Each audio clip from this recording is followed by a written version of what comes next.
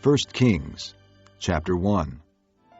When King David was old and well advanced in years, he could not keep warm, even when they put covers over him. So his servants said to him, "Let us look for a young virgin to attend the king and take care of him. She can lie beside him so that our lord the king may keep warm." Then they searched throughout Israel for a beautiful girl, and found Abishag, a Shunammite, and brought her to the king. The girl was very beautiful. She took care of the king and waited on him, but the king had no intimate relations with her. Now Adonijah, whose mother was Haggith, put himself forward and said, "I will be king." So he got chariots and horses ready, with 50 men to run ahead of him. His father had never interfered with him by asking, "Why do you behave as you do?" He was also very handsome, and was born next after Absalom. Adonijah conferred with Joab, son of Zeruiah, and with Abiathar the priest, and they gave him their support. But Zadok the priest, Benaiah son of Jehoiada, Nathan the prophet, Shimei, and Rei, and David's special guard did not join Adonijah.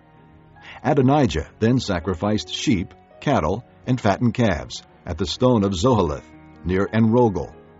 He invited all his brothers, the king's sons, and all the men of Judah who were royal officials, but he did not invite Nathan the prophet, or Benaiah, or the special guard, or his brother Solomon.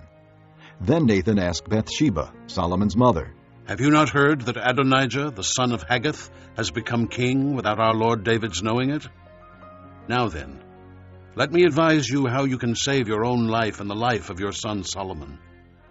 Go in to King David, and say to him, 'My lord the king, did you not swear to me, your servant, surely Solomon your son shall be king after me, and he will sit on my throne? Why then has Adonijah become king? While you are still there talking to the king, I will come in and confirm what you have said.'" So Bathsheba went to see the aged king in his room, where Abishag the Shunammite was attending him. Bathsheba bowed low and knelt before the king. "What is it you want?" The king asked. She said to him, "My lord, you yourself swore to me, your servant, by the Lord your God, Solomon your son shall be king after me, and he will sit on my throne. But now Adonijah has become king, and you, my lord the king, do not know about it. He has sacrificed great numbers of cattle, fattened calves and sheep, and has invited all the king's sons, Abiathar the priest, and Joab the commander of the army. But he has not invited Solomon your servant. My lord the king, the eyes of all Israel are on you, to learn from you who will sit on the throne of my lord the king after him. Otherwise, as soon as my lord the king is laid to rest with his fathers, I and my son Solomon will be treated as criminals." While she was still speaking with the king, Nathan the prophet arrived. And they told the king. "Nathan the prophet is here." So he went before the king and bowed with his face to the ground. Nathan said, "Have you, my lord the king, declared that Adonijah shall be king after you, and that he will sit on your throne?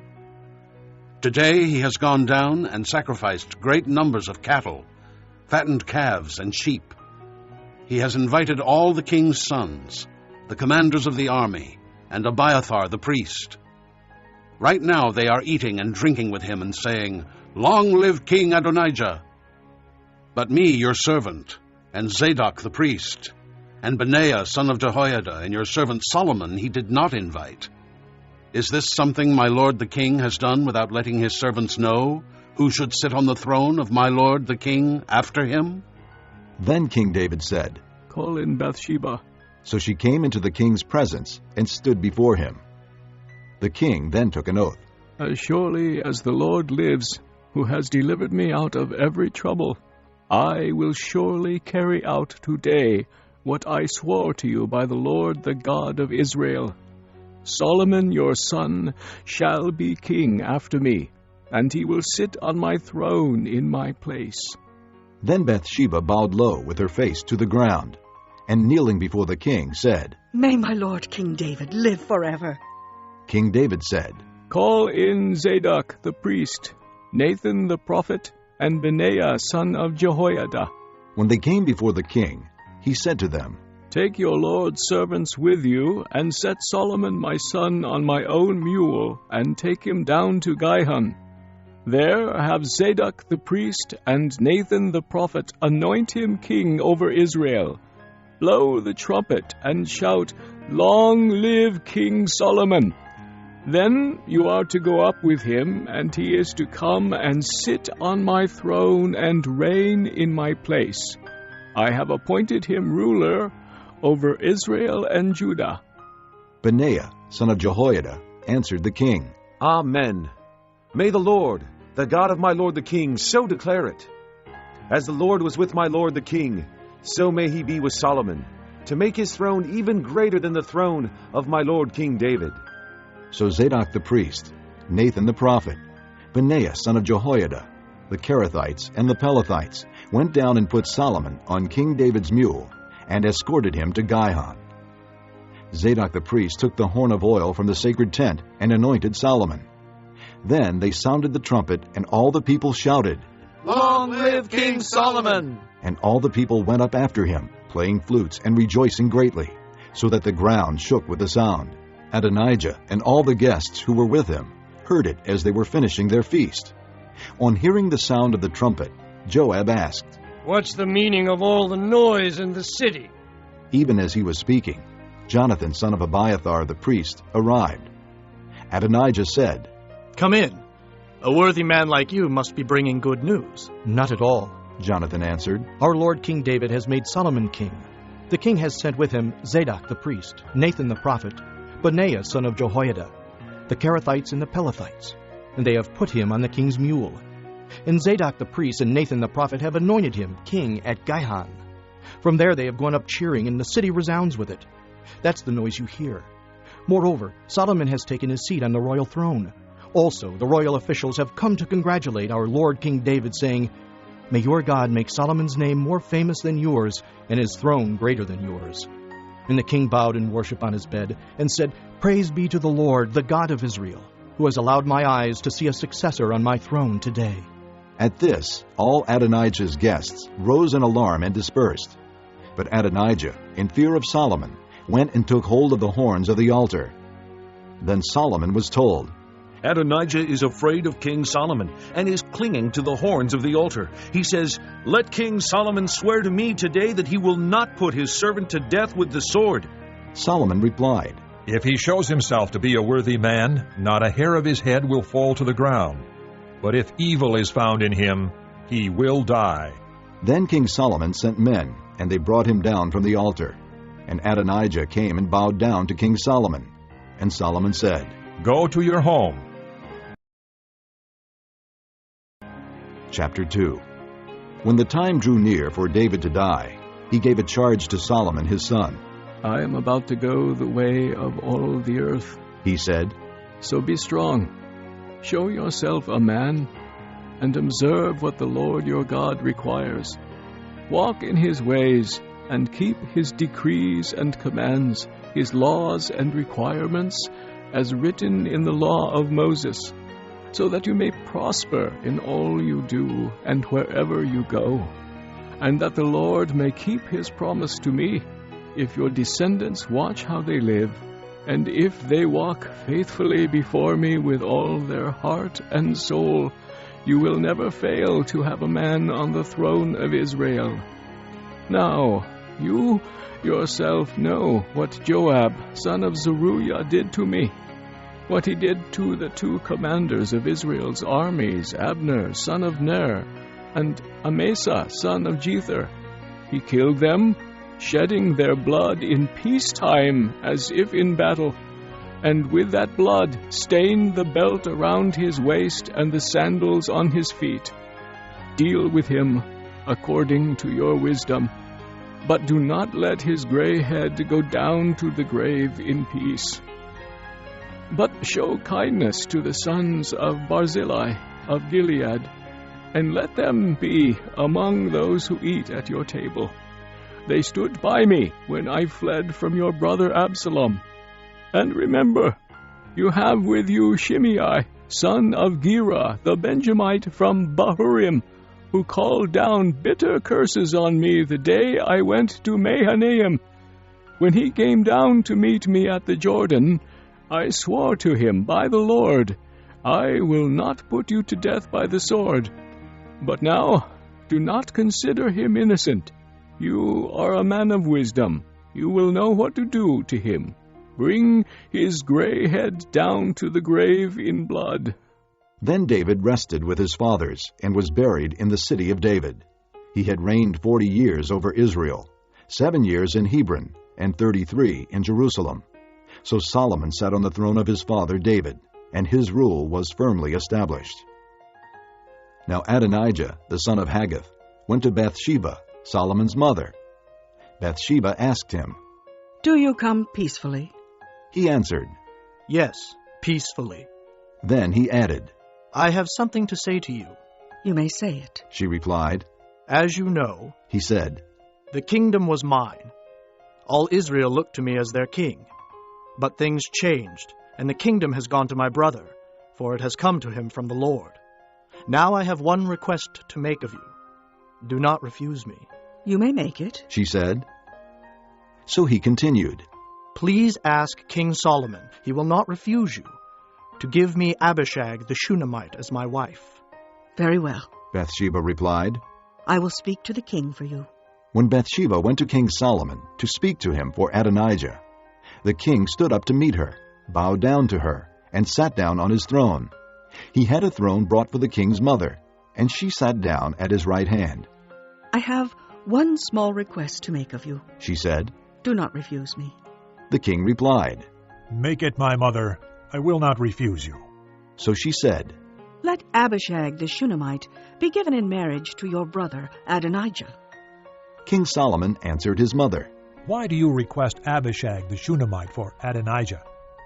You might as well request the kingdom for him. After all, he is my older brother. Yes, for him and for Abiathar the priest, and Joab, son of Zeruiah.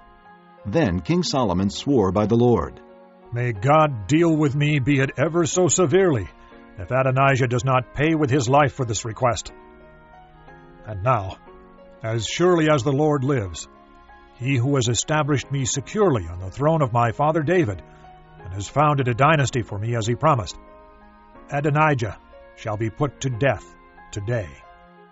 So King Solomon gave orders to Benaiah, son of Jehoiada, and he struck down Adonijah, and he died.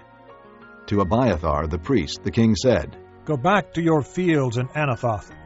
You deserve to die, but I will not put you to death now, because you carried the ark of the sovereign Lord before my father David, and shared all my father's hardships. So Solomon removed Abiathar from the priesthood of the Lord, fulfilling the word the Lord had spoken at Shiloh about the house of Eli. When the news reached Joab, who had conspired with Adonijah, though not with Absalom, he fled to the tent of the Lord and took hold of the horns of the altar. King Solomon was told that Joab had fled to the tent of the Lord and was beside the altar. Then Solomon ordered Benaiah, son of Jehoiada, Go, strike him down. So Benaiah entered the tent of the Lord and said to Joab, The king says, Come out. But he answered, No, I will die here. Benaiah reported to the king. This is how Joab answered me. Then the king commanded Benaiah, Do as he says. Strike him down and bury him, and so clear me and my father's house of the guilt of the innocent blood that Joab shed. The Lord will repay him for the blood he shed, because without the knowledge of my father David he attacked 2 men and killed them with the sword. Both of them, Abner, son of Ner, commander of Israel's army, and Amasa, son of Jether, commander of Judah's army, were better men and more upright than he. May the guilt of their blood rest on the head of Joab and his descendants forever. But on David and his descendants, his house and his throne, may there be the Lord's peace forever. So Benaiah, son of Jehoiada, went up and struck down Joab and killed him, and he was buried on his own land in the desert. The king put Benaiah, son of Jehoiada, over the army in Joab's position, and replaced Abiathar with Zadok the priest. Then the king sent for Shimei and said to him, Build yourself a house in Jerusalem and live there, but do not go anywhere else. The day you leave and cross the Kidron Valley, you can be sure you will die. Your blood will be on your own head." Shimei answered the king, "What you say is good. Your servant will do as my lord the king has said." and Shimei stayed in Jerusalem for a long time. But 3 years later, 2 of Shimei's slaves ran off to Achish, son of Maacah, king of Gath, and Shimei was told, "Your slaves are in Gath." At this, he saddled his donkey and went to Achish at Gath in search of his slaves. So Shimei went away and brought the slaves back from Gath. When Solomon was told that Shimei had gone from Jerusalem to Gath and had returned, the king summoned Shimei and said to him, "Did I not make you swear by the Lord and warn you, on the day you leave to go anywhere else you can be sure you will die? At that time you said to me, 'What you say is good, I will obey.' Why then did you not keep your oath to the Lord and obey the command I gave you?" The king also said to Shimei, "You know in your heart all the wrong you did to my father David. Now the Lord will repay you for your wrongdoing. But King Solomon will be blessed, and David's throne will remain secure before the Lord forever." Then the king gave the order to Benaiah, son of Jehoiada, and he went out and struck Shimei down and killed him. The kingdom was now firmly established in Solomon's hands. Chapter 3. Solomon made an alliance with Pharaoh, king of Egypt, and married his daughter.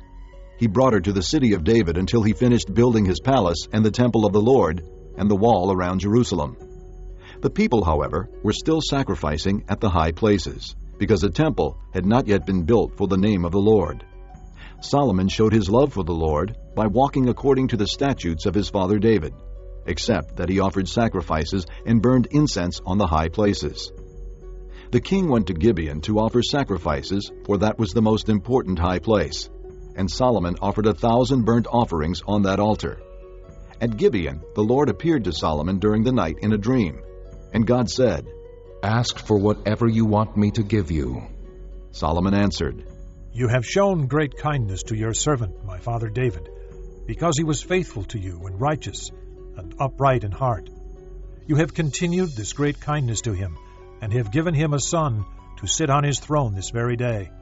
Now, O Lord my God, you have made your servant king in place of my father David, but I am only a little child, and do not know how to carry out my duties. Your servant is here among the people you have chosen, a great people, too numerous to count or number. So give your servant a discerning heart to govern your people and to distinguish between right and wrong. For who is able to govern this great people of yours?" The Lord was pleased that Solomon had asked for this.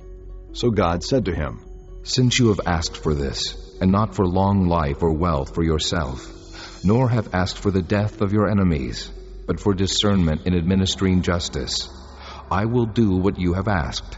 I will give you a wise and discerning heart, so that there will never have been anyone like you, nor will there ever be.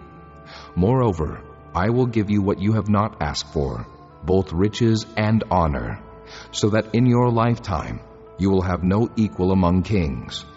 And if you walk in my ways and obey my statutes and commands, as David your father did, I will give you a long life." Then Solomon awoke, and he realized it had been a dream. He returned to Jerusalem, stood before the ark of the Lord's covenant, and sacrificed burnt offerings and fellowship offerings. Then he gave a feast for all his court. Now 2 prostitutes came to the king and stood before him. One of them said, "My lord, this woman and I live in the same house. I had a baby while she was there with me. The 3rd day after my child was born, this woman also had a baby. We were alone. There was no one in the house but the 2 of us. During the night, this woman's son died because she lay on him. So she got up in the middle of the night and took my son from my side while I, your servant, was asleep. She put him by her breast and put her dead son by my breast. The next morning, I got up to nurse my son, and he was dead. But when I looked at him closely in the morning light, I saw that it wasn't the son I had born." The other woman said, "No, the living one is my son. The dead one is yours." But the first one insisted. "No, the dead one is yours. The living one is mine." And so they argued before the king. The king said, "This one says, 'My son is alive and your son is dead,' while that one says, 'No, your son is dead and mine is alive.'" Then the king said, "Bring me a sword." So they brought a sword for the king. He then gave an order. "Cut the living child in two, and give half to one and half to the other." The woman whose son was alive was filled with compassion for her son, and said to the king, "Please, my lord, give her the living baby. Don't kill him." But the other said, "Neither I nor you shall have him. Cut him in two." Then the king gave his ruling. "Give the living baby to the first woman. Do not kill him. She is his mother." When all Israel heard the verdict the king had given, they held the king in awe, because they saw that he had wisdom from God to administer justice. Chapter 4. So King Solomon ruled over all Israel, and these were his chief officials: Azariah, son of Zadok, the priest; Elihoreph and Ahijah, sons of Shisha, secretaries; Jehoshaphat, son of Ahilud, recorder; Benaiah, son of Jehoiada, commander-in-chief; Zadok and Abiathar, priests; Azariah, son of Nathan, in charge of the district officers; Zabud, son of Nathan, a priest and personal advisor to the king; Ahishar, in charge of the palace; Adoniram, son of Abda, in charge of forced labor. Solomon also had 12 district governors over all Israel, who supplied provisions for the king and the royal household. Each one had to provide supplies for 1 month in the year. These are their names: Ben-Hur, in the hill country of Ephraim; Ben-Deker, in Makaz, Shaalbim, Beth-Shemesh, and Elon Beth-Hanan; Ben-Hesed, in Arubboth; Soko and all the land of Hepher were his; Ben-Abinadab, in Naphoth Dor. He was married to Taphath, daughter of Solomon; Baanah, son of Ahilud, in Taanach and Megiddo, and in all of Beth-Shan, next to Zarathan, below Jezreel, from Beth-Shan to Abel-Mahalah, across to Jokmeam; Ben-Geber, in Ramoth-Gilead. The settlements of Jair, son of Manasseh, in Gilead were his, as well as the district of Argob in Bashan, and its 60 large walled cities with bronze gate bars; Ahinadab, son of Iddo, in Mahanaim; Ahimaaz, in Naphtali. He had married Basemath, daughter of Solomon; Baanah, son of Hushai, in Asher and in Aloth; Jehoshaphat, son of Peruah, in Issachar; Shimei, son of Elah, in Benjamin; Geber, son of Uri, in Gilead, the country of Sihon, king of the Amorites, and the country of Og, king of Bashan. He was the only governor over the district. The people of Judah and Israel were as numerous as the sand on the seashore. They ate, they drank, and they were happy. And Solomon ruled over all the kingdoms from the river to the land of the Philistines, as far as the border of Egypt. These countries brought tribute and were Solomon's subjects all his life. Solomon's daily provisions were 30 cors of fine flour and 60 cors of meal, 10 head of stall-fed cattle, 20 of pasture-fed cattle, and 100 sheep and goats, as well as deer, gazelles, roebucks, and choice fowl. For he ruled over all the kingdoms west of the river, from Tiphsah to Gaza, and had peace on all sides.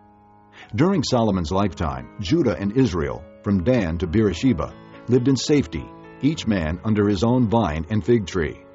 Solomon had 4,000 stalls for chariot horses, and 12,000 horses. The district officers, each in his month, supplied provisions for King Solomon and all who came to the king's table. They saw to it that nothing was lacking. They also brought to the proper place their quotas of barley and straw for the chariot horses and the other horses. God gave Solomon wisdom and very great insight, and a breadth of understanding as measureless as the sand on the seashore. Solomon's wisdom was greater than the wisdom of all the men of the East, and greater than all the wisdom of Egypt. He was wiser than any other man, including Ethan the Ezrahite, wiser than Heman, Calcol, and Darda, the sons of Mahol. And his fame spread to all the surrounding nations.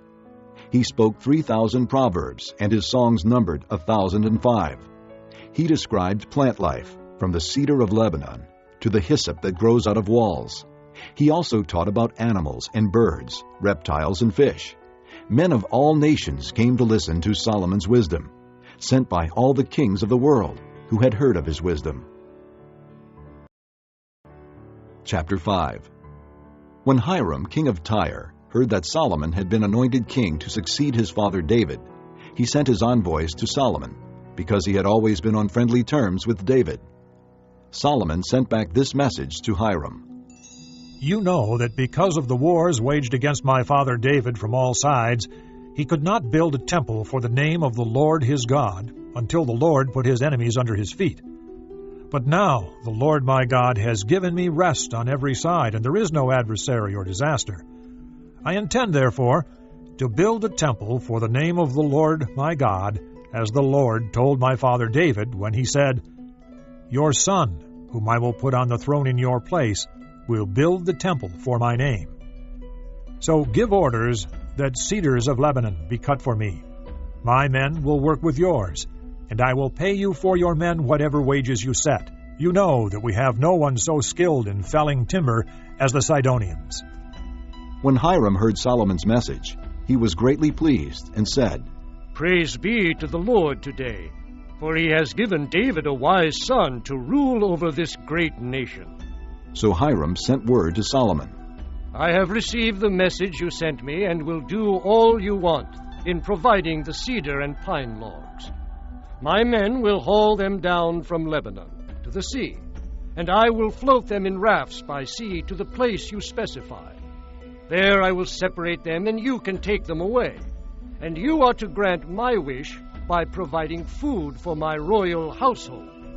In this way, Hiram kept Solomon supplied with all the cedar and pine logs he wanted, and Solomon gave Hiram 20,000 cores of wheat as food for his household, in addition to 20,000 baths of pressed olive oil. Solomon continued to do this for Hiram year after year. The Lord gave Solomon wisdom, just as he had promised him. There were peaceful relations between Hiram and Solomon, and the two of them made a treaty. King Solomon conscripted laborers from all Israel, 30,000 men. He sent them off to Lebanon in shifts of 10,000 a month, so that they spent 1 month in Lebanon and 2 months at home. Adonijah was in charge of the forced labor. Solomon had 70,000 carriers and 80,000 stonecutters in the hills, as well as 3,300 foremen who supervised the project and directed the workmen. At the king's command, they removed from the quarry large blocks of quality stone to provide a foundation of dressed stone for the temple. The craftsmen of Solomon and Hiram and the men of Gebal cut and prepared the timber and stone for the building of the temple. Chapter 6. In the 480th year after the Israelites had come out of Egypt, in the 4th year of Solomon's reign over Israel, in the month of Ziv, the 2nd month, he began to build the temple of the Lord. The temple that King Solomon built for the Lord was 60 cubits long, 20 wide, and 30 high. The portico at the front of the main hall of the temple extended the width of the temple, that is, 20 cubits, and projected 10 cubits from the front of the temple. He made narrow clerestory windows in the temple. Against the walls of the main hall and inner sanctuary, he built a structure around the building, in which there were side rooms. The lowest floor was 5 cubits wide, the middle floor 6 cubits, and the third floor 7. He made offset ledges around the outside of the temple, so that nothing would be inserted into the temple walls. In building the temple, only blocks dressed at the quarry were used, and no hammer, chisel, or any other iron tool was heard at the temple site while it was being built. The entrance to the lowest floor was on the south side of the temple. A stairway led up to the middle level, and from there to the third. So he built the temple and completed it, roofing it with beams and cedar planks. And he built the side rooms all along the temple. The height of each was 5 cubits, and they were attached to the temple by beams of cedar. The word of the Lord came to Solomon. As for this temple you are building, if you follow my decrees, carry out my regulations, and keep all my commands and obey them, I will fulfill through you the promise I gave to David your father, and I will live among the Israelites, and will not abandon my people Israel. So Solomon built the temple and completed it. He lined its interior walls with cedar boards, paneling them from the floor of the temple to the ceiling, and covered the floor of the temple with planks of pine. He partitioned off 20 cubits at the rear of the temple with cedar boards from floor to ceiling to form within the temple an inner sanctuary, the most holy place. The main hall in front of this room was 40 cubits long. The inside of the temple was cedar, carved with gourds and open flowers. Everything was cedar. No stone was to be seen. He prepared the inner sanctuary within the temple to set the Ark of the Covenant of the Lord there. The inner sanctuary was 20 cubits long, 20 wide, and 20 high. He overlaid the inside with pure gold, and he also overlaid the altar of cedar. Solomon covered the inside of the temple with pure gold, and he extended gold chains across the front of the inner sanctuary, which was overlaid with gold. So he overlaid the whole interior with gold. He also overlaid with gold the altar that belonged to the inner sanctuary. In the inner sanctuary he made a pair of cherubim of olive wood, each 10 cubits high. One wing of the first cherub was 5 cubits long, and the other wing 5 cubits, 10 cubits from wingtip to wingtip.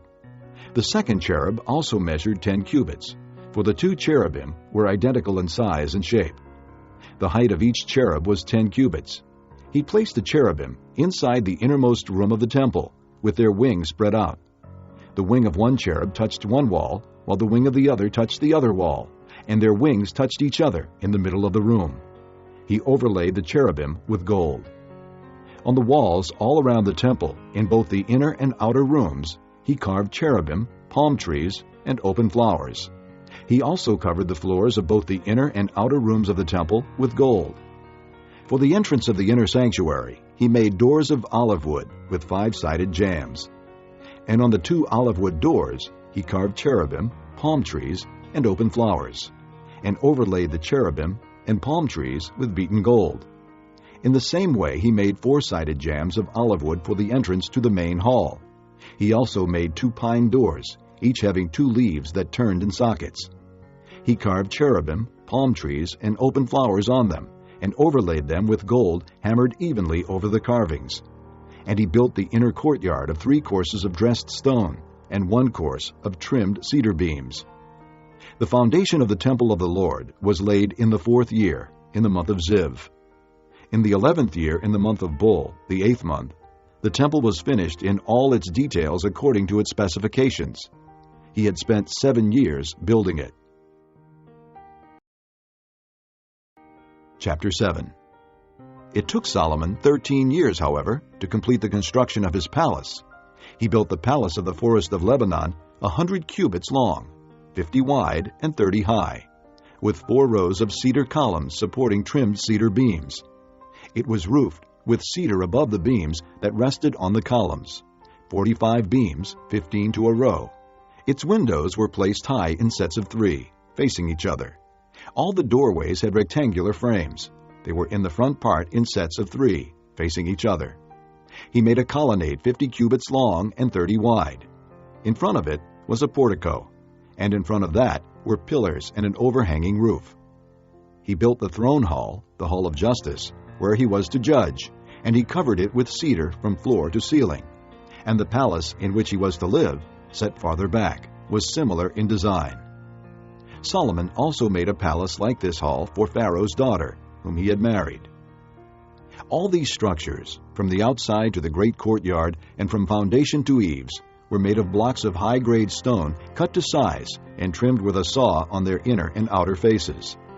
The foundations were laid with large stones of good quality, some measuring 10 cubits and some 8. Above were high-grade stones cut to size and cedar beams. The great courtyard was surrounded by a wall of 3 courses of dressed stone and 1 course of trimmed cedar beams, as was the inner courtyard of the temple of the Lord with its portico. King Solomon sent to Tyre and brought Huram, whose mother was a widow from the tribe of Naphtali, and whose father was a man of Tyre and a craftsman in bronze. Huram was highly skilled and experienced in all kinds of bronze work. He came to King Solomon and did all the work assigned to him. He cast 2 bronze pillars, each 18 cubits high and 12 cubits around by line. He also made 2 capitals of cast bronze to set on the tops of the pillars. Each capital was 5 cubits high. A network of interwoven chains festooned the capitals on top of the pillars, 7 for each capital. He made pomegranates in 2 rows encircling each network to decorate the capitals on top of the pillars. He did the same for each capital. The capitals on top of the pillars in the portico were in the shape of lilies, 4 cubits high. On the capitals of both pillars, above the bowl-shaped part next to the network, were the 200 pomegranates in rows all around. He erected the pillars at the portico of the temple. The pillar to the south he named Jachin, and the one to the north Boaz. The capitals on top were in the shape of lilies, and so the work on the pillars was completed. He made the sea of cast metal, circular in shape, measuring 10 cubits from rim to rim and 5 cubits high. It took a line of 30 cubits to measure around it. Below the rim, gourds encircled it, 10 to a cubit. The gourds were cast in 2 rows in one piece with the sea. The sea stood on 12 bulls, 3 facing north, 3 facing west, 3 facing south, and 3 facing east. The sea rested on top of them, and their hindquarters were toward the center. It was a handbreadth in thickness, and its rim was like the rim of a cup, like a lily blossom. It held 2,000 baths. He also made 10 movable stands of bronze. Each was 4 cubits long, 4 wide, and 3 high. This is how the stands were made. They had side panels attached to uprights. On the panels between the uprights were lions, bulls, and cherubim, and on the uprights as well. Above and below the lions and bulls were wreaths of hammered work. Each stand had 4 bronze wheels with bronze axles, and each had a basin resting on 4 supports, cast with wreaths on each side. On the inside of the stand, there was an opening that had a circular frame 1 cubit deep. This opening was round, and with its basework it measured 1.5 cubits. Around its opening there was engraving. The panels of the stands were square, not round. The 4 wheels were under the panels, and the axles of the wheels were attached to the stand. The diameter of each wheel was 1.5 cubits. The wheels were made like chariot wheels. The axles, rims, spokes, and hubs were all of cast metal. Each stand had 4 handles, 1 on each corner, projecting from the stand. At the top of the stand, there was a circular band 0.5 cubit deep. The supports and panels were attached to the top of the stand. He engraved cherubim, lions, and palm trees on the surfaces of the supports and on the panels, in every available space, with wreaths all around. This is the way he made the 10 stands. They were all cast in the same molds, and were identical in size and shape. He then made 10 bronze basins, each holding 40 baths, and measuring 4 cubits across, 1 basin to go on each of the 10 stands. He placed 5 of the stands on the south side of the temple, and 5 on the north. He placed the sea on the south side, at the southeast corner of the temple. He also made the basins and shovels and sprinkling bowls. So Huram finished all the work he had undertaken for King Solomon in the temple of the Lord. The 2 pillars, the 2 bowl-shaped capitals on top of the pillars, the 2 sets of network decorating the 2 bowl-shaped capitals on top of the pillars, the 400 pomegranates for the 2 sets of network, 2 rows of pomegranates for each network, decorating the bowl-shaped capitals on top of the pillars, the 10 stands with their 10 basins, the sea and the 12 bowls under it, the pots, shovels, and sprinkling bowls. All these objects that Huram made for King Solomon for the temple of the Lord were of burnished bronze. The king had them cast in clay molds in the plain of the Jordan between Succoth and Zarethan. Solomon left all these things unweighed, because there were so many. The weight of the bronze was not determined. Solomon also made all the furnishings that were in the Lord's temple: the golden altar, the golden table on which was the bread of the presence, the lampstands of pure gold, 5 on the right and 5 on the left, in front of the inner sanctuary, the gold floral work, and lamps and tongs, the pure gold basins, wick trimmers, sprinkling bowls, dishes, and censers, and the gold sockets for the doors of the innermost room, the most holy place, and also for the doors of the main hall of the temple. When all the work King Solomon had done for the temple of the Lord was finished, he brought in the things his father David had dedicated: the silver and gold, and the furnishings, and he placed them in the treasuries of the Lord's temple. This concludes Disc 19. Chapter 8. Then King Solomon summoned into his presence at Jerusalem the elders of Israel, all the heads of the tribes and the chiefs of the Israelite families, to bring up the ark of the Lord's covenant from Zion, the city of David. All the men of Israel came together to King Solomon at the time of the festival in the month of Ethanim, the 7th month. When all the elders of Israel had arrived, the priests took up the ark, and they brought up the ark of the Lord and the tent of meeting and all the sacred furnishings in it. The priests and Levites carried them up, and King Solomon and the entire assembly of Israel that had gathered about him were before the ark, sacrificing so many sheep and cattle that they could not be recorded or counted. The priests then brought the ark of the Lord's covenant to its place in the inner sanctuary of the temple, the most holy place, and put it beneath the wings of the cherubim. The cherubim spread their wings over the place of the ark and overshadowed the ark and its carrying poles. These poles were so long that their ends could be seen from the holy place in front of the inner sanctuary, but not from outside the holy place, and they are still there today. There was nothing in the ark except the 2 stone tablets that Moses had placed in it at Horeb, where the Lord made a covenant with the Israelites after they came out of Egypt. When the priests withdrew from the holy place, the cloud filled the temple of the Lord, and the priests could not perform their service because of the cloud, for the glory of the Lord filled his temple. Then Solomon said, "The Lord has said that he would dwell in a dark cloud. I have indeed built a magnificent temple for you, a place for you to dwell forever." While the whole assembly of Israel was standing there, the king turned around and blessed them.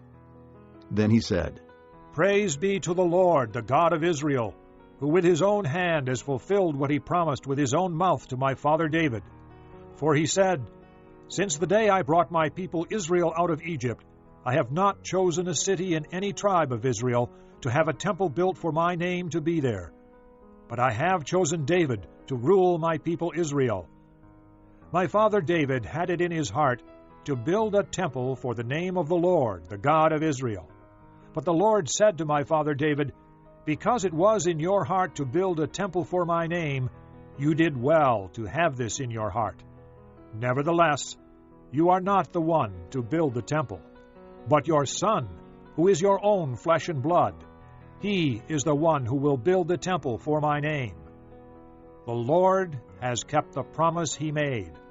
I have succeeded David my father, and now I sit on the throne of Israel, just as the Lord promised. And I have built the temple for the name of the Lord, the God of Israel. I have provided a place there for the ark, in which is the covenant of the Lord that he made with our fathers when he brought them out of Egypt.'" Then Solomon stood before the altar of the Lord and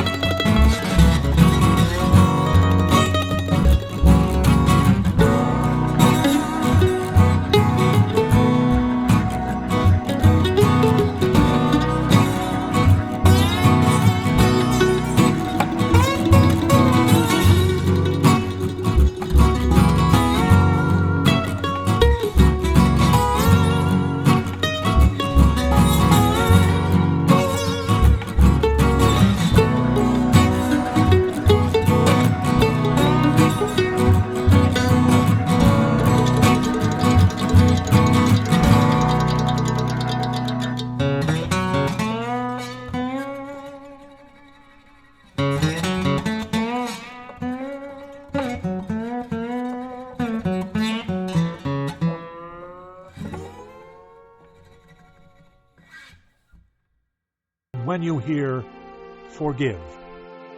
When a man wrongs his neighbor, and is required to take an oath, and he comes and swears the oath before your altar in this temple, then hear from heaven and act. Judge between your servants, condemning the guilty, and bringing down on his own head what he has done. Declare the innocent not guilty, and so establish his innocence.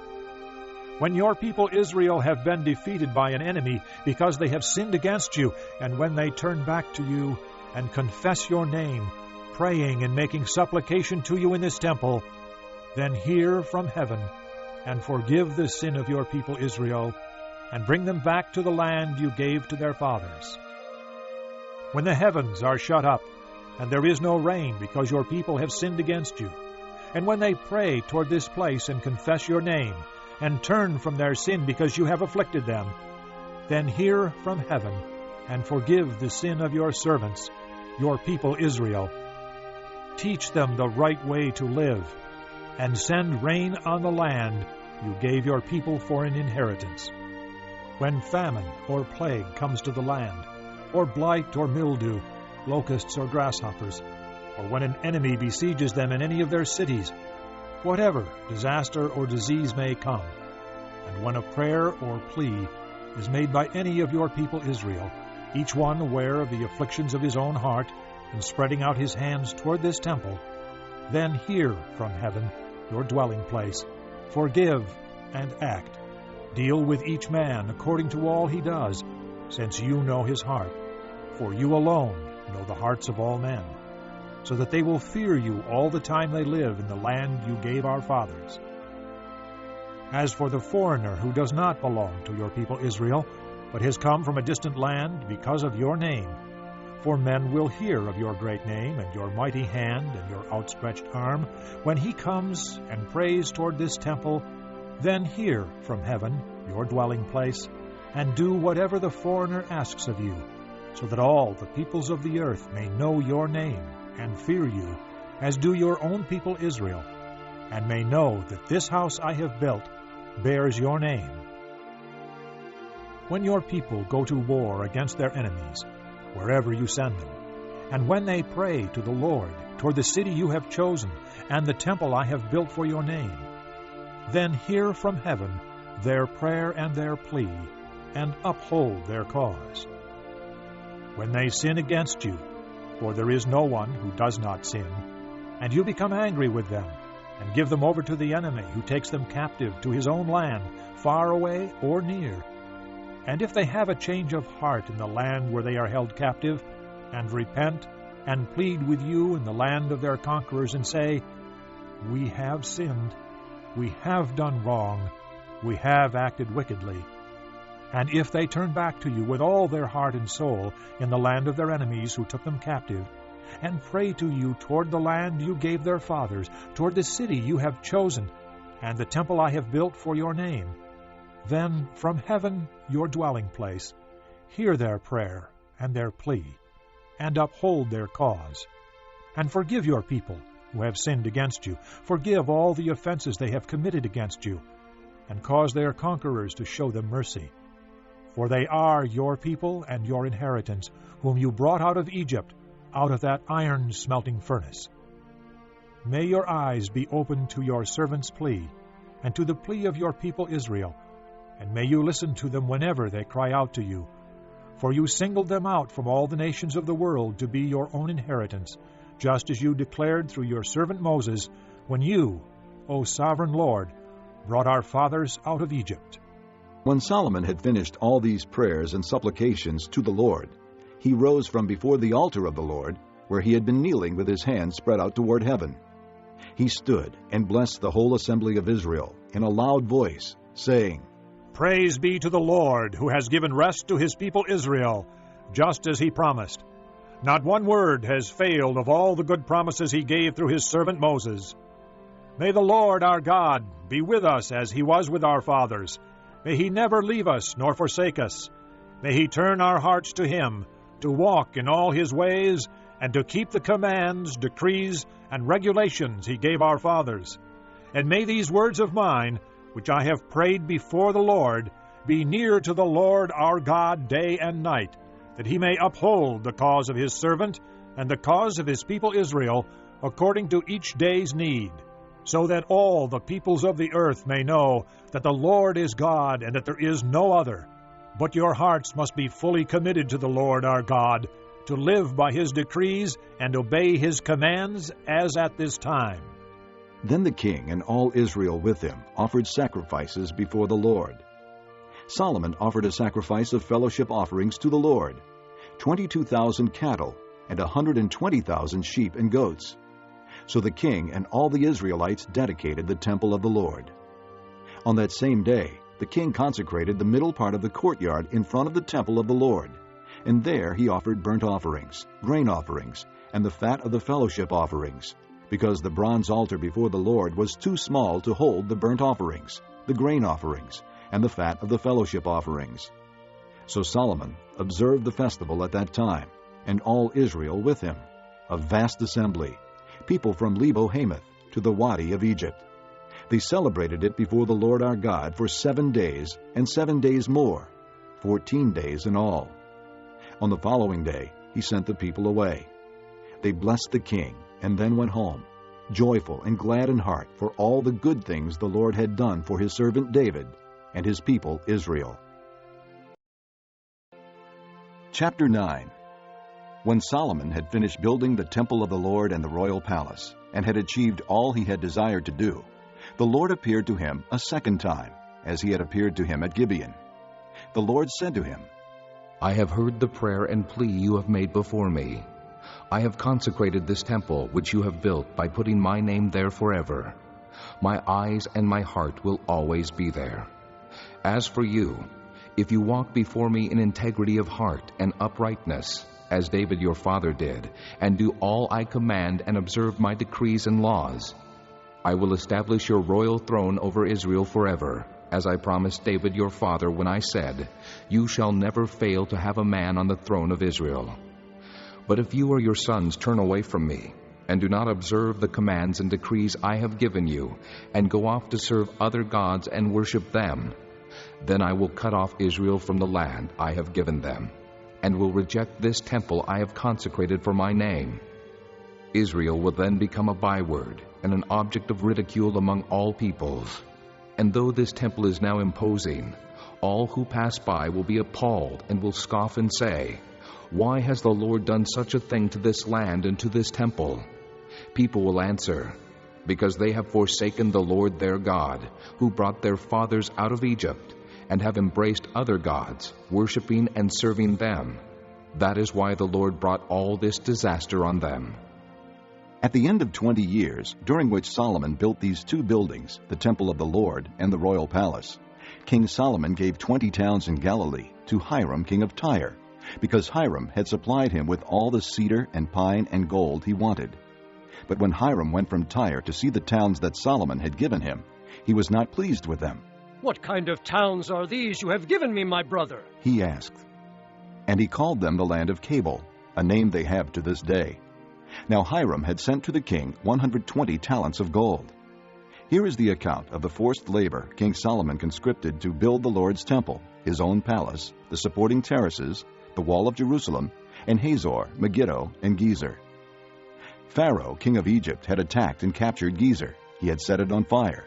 He killed its Canaanite inhabitants, and then gave it as a wedding gift to his daughter, Solomon's wife. And Solomon rebuilt Gezer. He built up Lower Beth Horon, Baalath, and Tadmor in the desert within his land, as well as all his store cities and the towns for his chariots and for his horses, whatever he desired to build in Jerusalem, in Lebanon, and throughout all the territory he ruled. All the people left from the Amorites, Hittites, Perizzites, Hivites, and Jebusites. These peoples were not Israelites, that is, their descendants remaining in the land, whom the Israelites could not exterminate. These Solomon conscripted for his slave labor force, as it is to this day. But Solomon did not make slaves of any of the Israelites. They were his fighting men, his government officials, his officers, his captains, and the commanders of his chariots and charioteers. They were also the chief officials in charge of Solomon's projects, 550 officials supervising the men who did the work. After Pharaoh's daughter had come up from the city of David to the palace Solomon had built for her, he constructed the supporting terraces. 3 times a year, Solomon sacrificed burnt offerings and fellowship offerings on the altar he had built for the Lord, burning incense before the Lord along with them, and so fulfilled the temple obligations. King Solomon also built ships at Ezion-Geber, which is near Elath in Edom, on the shore of the Red Sea. And Hiram sent his men, sailors who knew the sea, to serve in the fleet with Solomon's men. They sailed to Ophir and brought back 420 talents of gold, which they delivered to King Solomon. Chapter 10. When the queen of Sheba heard about the fame of Solomon and his relation to the name of the Lord, she came to test him with hard questions. Arriving at Jerusalem with a very great caravan, with camels carrying spices, large quantities of gold, and precious stones, she came to Solomon and talked with him about all that she had on her mind. Solomon answered all her questions. Nothing was too hard for the king to explain to her. When the queen of Sheba saw all the wisdom of Solomon and the palace he had built, the food on his table, the seating of his officials, the attending servants in their robes, his cupbearers, and the burnt offerings he made at the temple of the Lord, she was overwhelmed. She said to the king, "The report I heard in my own country about your achievements and your wisdom is true. But I did not believe these things until I came and saw with my own eyes.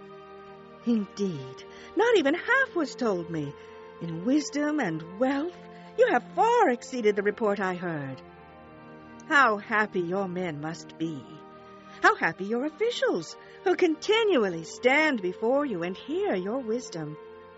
Praise be to the Lord your God, who has delighted in you and placed you on the throne of Israel.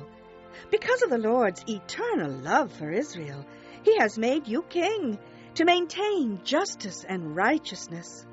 And she gave the king 120 talents of gold, large quantities of spices, and precious stones. Never again were so many spices brought in as those the queen of Sheba gave to King Solomon. Hiram's ships brought gold from Ophir, and from there they brought great cargoes of almug wood and precious stones.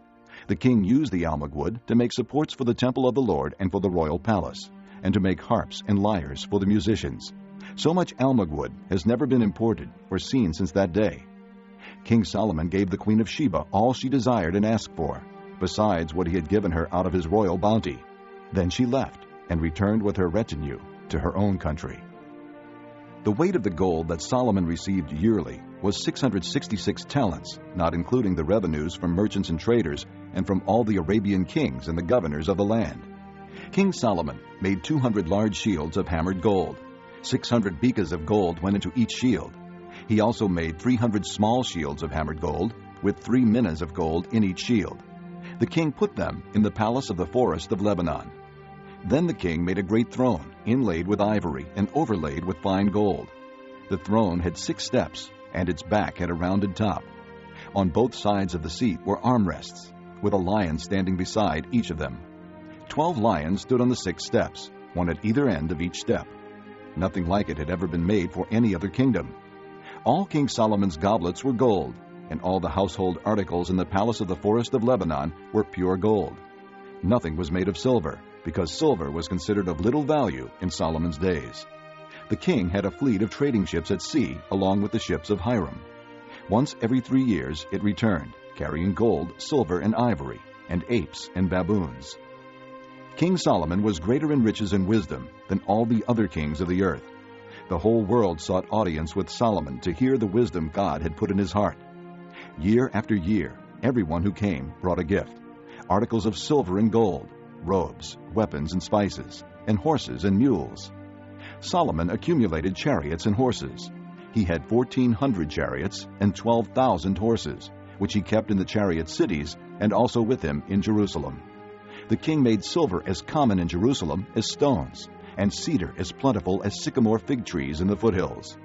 Solomon's horses were imported from Egypt and from Cuwe. The royal merchants purchased them from Cuwe. They imported a chariot from Egypt for 600 shekels of silver, and a horse for 150. They also exported them to all the kings of the Hittites and of the Arameans.